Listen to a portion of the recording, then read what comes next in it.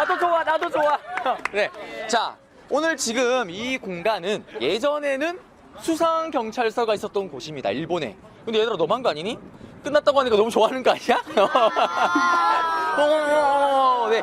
자, 사실 여기서 예전에 우리나라를 대표하는 독립운동가이셨던 이회영 선생님의 순국 장소로 추정되는 곳입니다.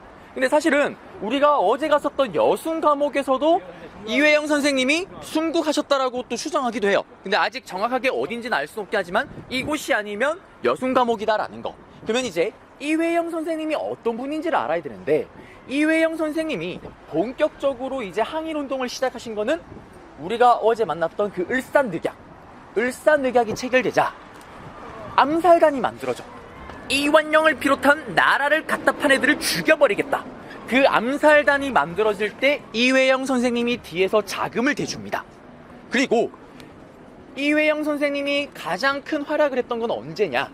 일본에게 나라 뺏기기 직전에. 여러분들 기억나세요? 어제 우리가 일본에게 저항하는 거는 크게 두 가지가 있다고 얘기를 했었잖아. 일본을 총칼 들고 무찌르자라고 했던 의병.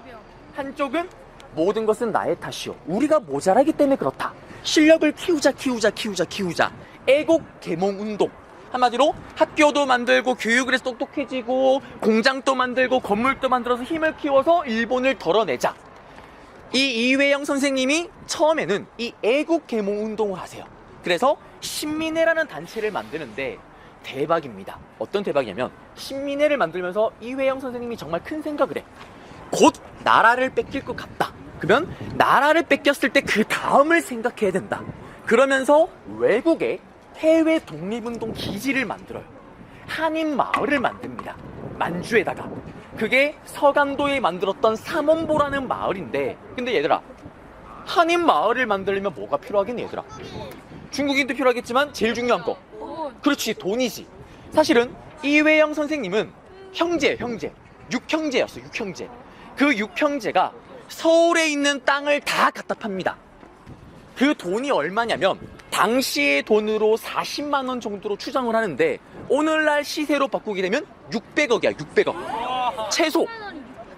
그래서 당시 600억이 또 어느 정도냐면, 이회영 선생님이 오늘날로 치면 서울에 있는 명동 일대 땅도 팔고 합니다, 급하게. 근데 그 판 돈을 다 모으면은 당시 서울에 있었던 우리나라 사람들이 만든 은행 3개를 합친 금액보다 더 많은 돈이야. 그래서 또 어떤 학자들은 이거를 계산하면 수조 원에 이른다고 얘기를 합니다. 그 돈을 가지고 만주에 가는 거야. 그리고 어떻게 하겠니? 만주에 땅을 사겠지. 그리고 광고를 때립니다.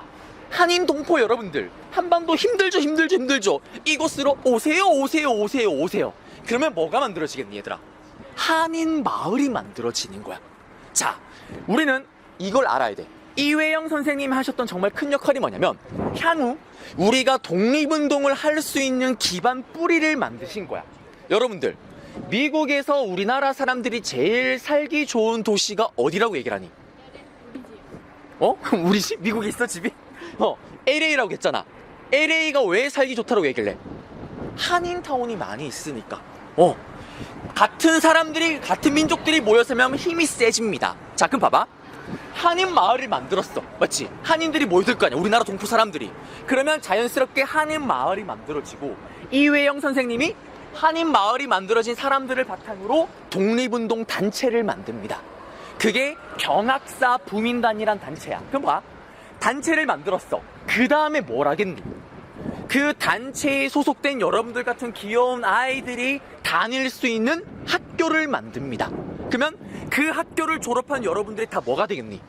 그렇지, 독립운동을 하는 독립군이 됩니다. 이 큰 그림을 그렸던 거야. 그래서 우리가 일본에게 1910년에 나라를 뺏기고 나서 만주와 연해주에는 이 컨셉으로 독립운동 기지가 만들어지고 있었던 거야.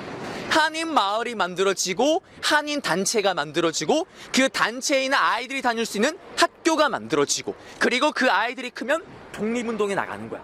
그래서 10년이 지난 후에 1920년부터 여러분들이 잘 아는 봉오동 전투, 청산리 대책 같은 독립운동이 본격적으로 시작이 됩니다.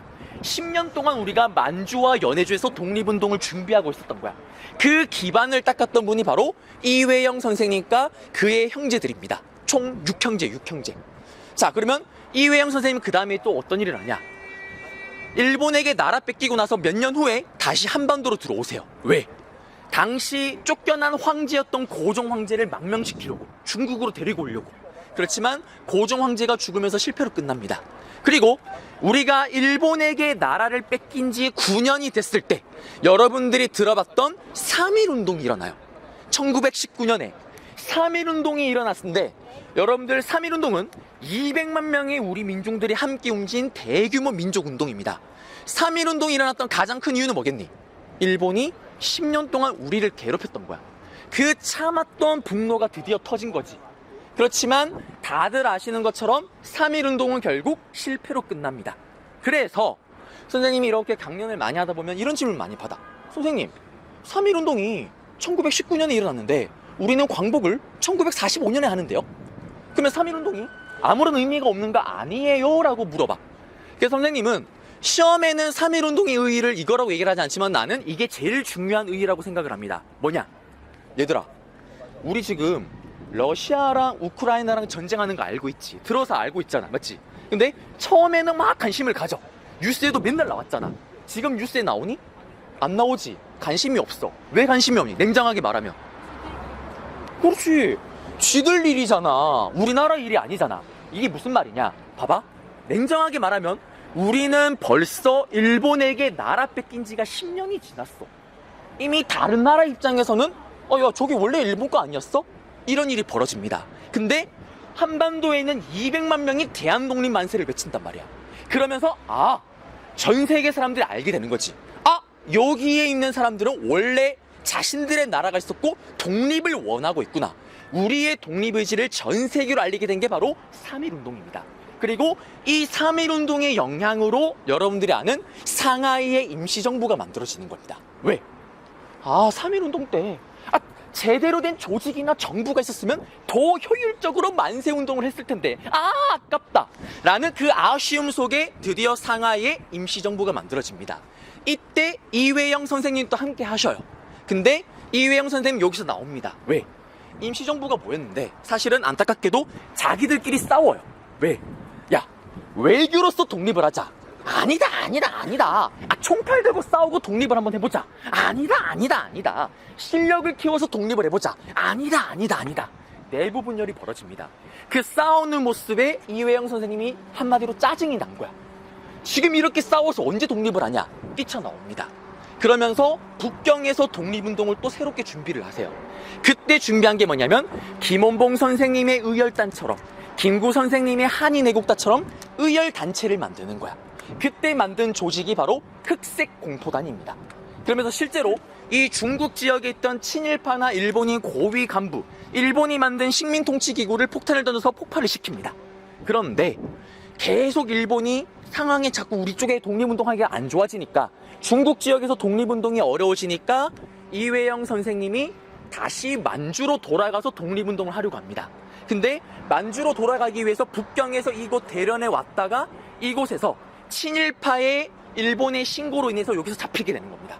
그러면서 여기서 순국 아니면 여순 감옥에서 이제 순국을 하게 됐다라고 이제 얘기를 하는 거죠. 그러면서 이회영 선생님은 결국 독립을 보지 못하시고 65세의 나이에 생애를 마감하십니다.